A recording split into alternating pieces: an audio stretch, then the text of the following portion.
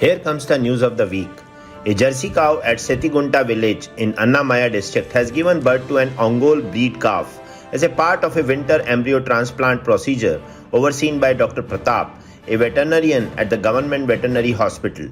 Dr. Pratap attributed the success of the procedure to the support of the Raashtriya Gokul Mission to preserve and enhance indigenous cattle breeds and the involvement of the State Animal Development Corporation and Guntur's lamb farm, which plays a pivotal role in ensuring the successful embryo transfer. He also thanked the scientists who assisted in the process of creating Ongole breed embryos. Dairy farmers said that it was a milestone not only for the success of this particular procedure but also for its broader implication in safeguarding endangered cattle breeds and expediting the development of cattle with desirable genetic traits. A shocking discovery has raised serious food safety concerns. Live worms found in Amul buttermilk ordered online have ignited consumer outrage and social media debates on brand responsibility. Consumer Gajendra Yadav's horrifying find of live worms in Amul's high-protein buttermilk has sparked widespread anger online, questioning Amul's quality control. This is not an isolated case. Previous complaints about Amul ice cream also went viral, highlighting recurring lapses. Yadav's post has garnered significant attention, with numerous users expressing their anger and disappointment. One user commented on the risk of ordering online, pointing out that companies often send out old stock. Another user criticized the persistent quality issues with Amul products and the delivery delays. As consumer trust wavers, Amul will need to address these issues promptly to restore its reputation. Milky Mist is planning to raise funds via initial public offering IPO, reported money control citing sources familiar with the matter. The paneer to ice cream maker is looking to expand its dairy product portfolio to take on its arch rival Amul, said the report. The move is buzzing after Milky Mist talks with Westbridge to raise funds failed to yield any fruits for the company. Westbridge valued the Tamil Nadu-based company around rupees 6,000 crore in a round last year. However, the IPO could happen at rupees 20,000 crore ballpark valuation, as it looks to rapidly expand its newer offerings such as chocolates and ice cream and enter new markets. It reported a top line of around rupees 1950 crore and generated a profit of rupees 50 crores in the year ended on March 31, 2024. The International Dairy Federation IDF has announced the finalists for the 2024 edition of the IDF Dairy Innovation Awards after a careful assessment by a prestigious jury of global dairy experts. The winners will be announced on October 18, 2024 in Paris, France. India has 6 finalists in different categories out of 153 participants from 25 countries.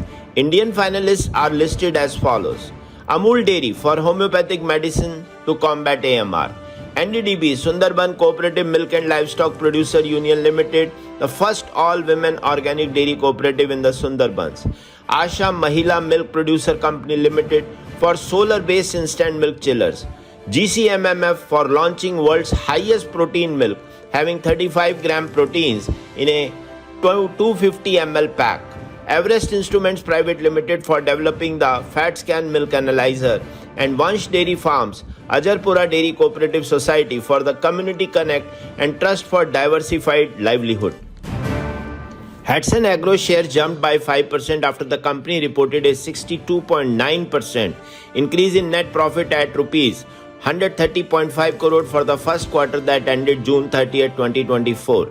In the corresponding quarter, Hatsun Agro Products posted a net profit of 80.1 crores, the company said in a regulatory filing. The company's revenue from operation increased 10.4% to 2,375 crore against 2,150.6 crore in corresponding period of the preceding fiscal. The operating level EBITDA jumped 39% to 330.3 crores in the first quarter of this fiscal, over 237.7 crores in corresponding period in the previous fiscal.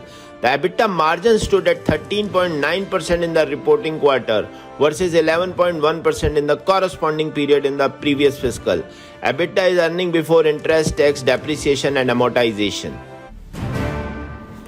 Churning traditional butter from cow's milk has a significant impact on the environment. Savor, a company backed by Bill Gates, aims to change this. They have developed a method to make butter using captured carbon dioxide and hydrogen. This process is entirely plant-based and avoids the environmental issues linked to both dairy and some plant-based alternatives.